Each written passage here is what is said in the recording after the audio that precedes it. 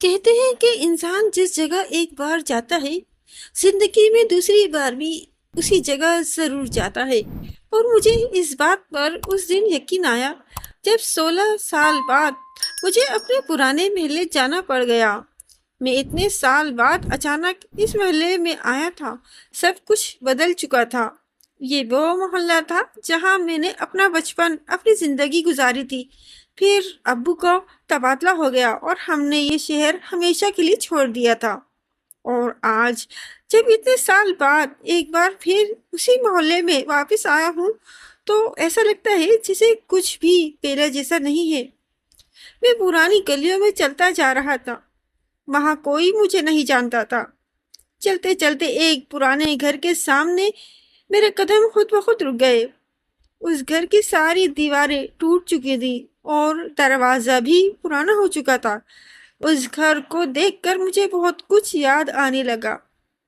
وہ ہمارے پڑوسیوں کا گھر تھا، اور میں بچپن اور جوانی میں بھی اکثر ان کے گھر جایا کرتا تھا۔ سچ پوچھیں تو کھیلنا صرف ایک بہانہ تھا۔ میں اصل میں شبانہ کو دیکھنے جاتا تھا۔ شبانہ بہت خوبصورت اور میری سب سے اچھی دوست تھی۔ دوست تو وہ صرف بچپن تک نہیں تھی، جب میں کچھ بڑا ہوا تو مجھے اس سے پیار ہونے لگا تھا۔ وہ بھی مجھے بہت پیار کرتی تھی۔ پھر ہم لوگ ہمیشہ کے لیے یہ محلہ چھوڑ کر چلے گئے تھے، اور شبانہ یہی رہ گئی۔ شبانہ کی ایک بہت اچھی دادی بھی تھی جو مجھے بیٹوں کی طرح پیار کرتی تھی، اور میں بھی انہیں اپنی سگی دادی کی طرح سمجھتا تھا۔ مگر اب تو کچھ بھی نہیں رہا۔ شاید اس کی شادی ہو گئی ہوگی، اور اب تو اس کے بچے بھی ہو چکے ہوں گے۔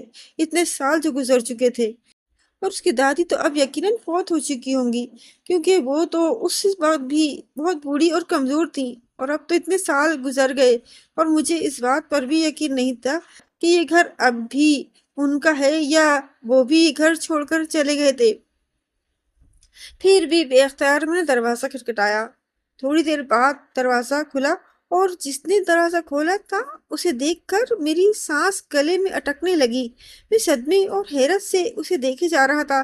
وہ شبانہ تھی، بالکل ویسی شبانہ جیسی میں اس کو چھوڑ کر گیا تھا۔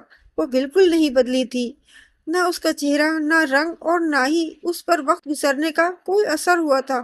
وہ بھی ویسی کی ویسی خوبصورت اور جوان تھی۔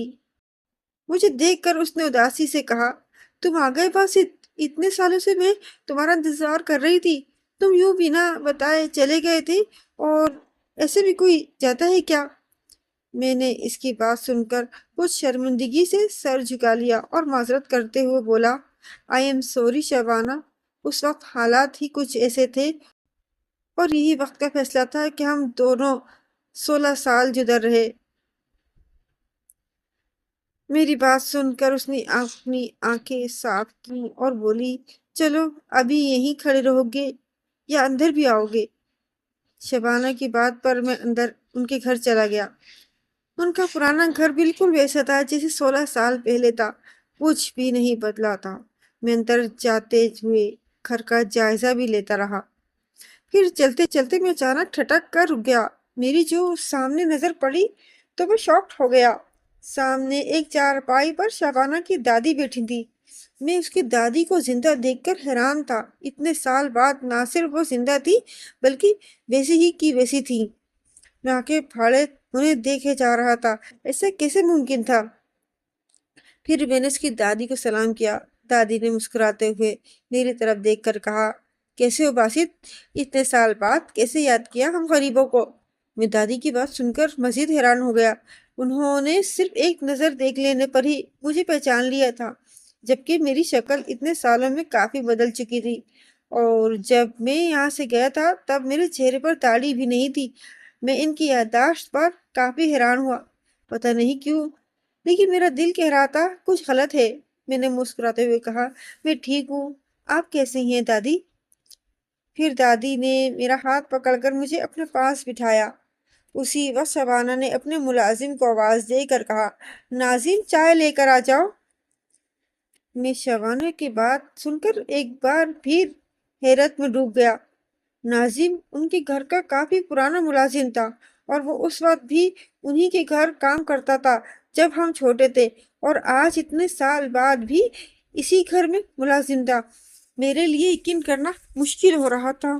میں نے شبانہ سے پوچھا، کیا ناصر اب بھی آپ کے یہاں کام کرتا ہے؟ شبانہ مسکراتے ہوئے بولی، ہاں ناصر اب بھی ہمارے گھر میں کام کرتا ہے، سب کچھ ویسا ہی ہے جیسے تم چھوڑ کر گئے تھے، بس تم ہی بدل گئے ہو۔ شبانہ نے شکوہ کیا اور میں اس کے شکوے پر مزید شرمندہ ہو گیا۔ پھر شبانہ کی دادی نے ایک نہایت عجیب و غریب بات کہی، بیٹا تم نے ہمارے گھر میں موجود قبریں دیکھ لی؟ میں ان کی بات سن کر بری طرح الجھ گیا اور میں نے حیرانگی سے شبانہ کی طرف دیکھ کر پوچھا کہ دادی کن قبروں کی باتیں کر رہی ہیں اور گھر میں کس کی قبریں ہیں؟ شبانہ نے میری بات کا جواب دینے کے بجائے اپنی دادی کو ٹوکتے ہوئے کہا، کیا دادی آپ بھی ہر مہمان کے سامنے قبروں کا ذکر لے کر بیٹھ جاتی ہیں؟ اس بیچارے کو چائے تو پینے دو۔ دادی نے کچھ شرمندگی سے میری طرف دیکھ کر کہا، اچھا بیٹا تم چائے پی لو، پھر بات کریں گے۔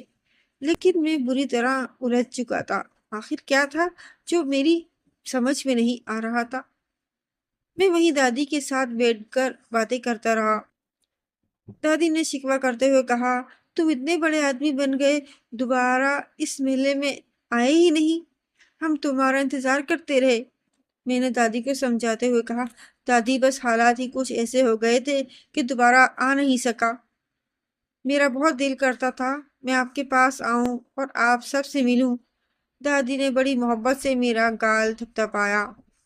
اچھا تمہاری امی ابو اور باقی بہن بھائی کیسے ہیں؟ میں نے مسکراتے ہوئے کہا، سب ٹھیک ہیں دادی، اور امی تو آپ کو بہت یاد کرتی ہیں۔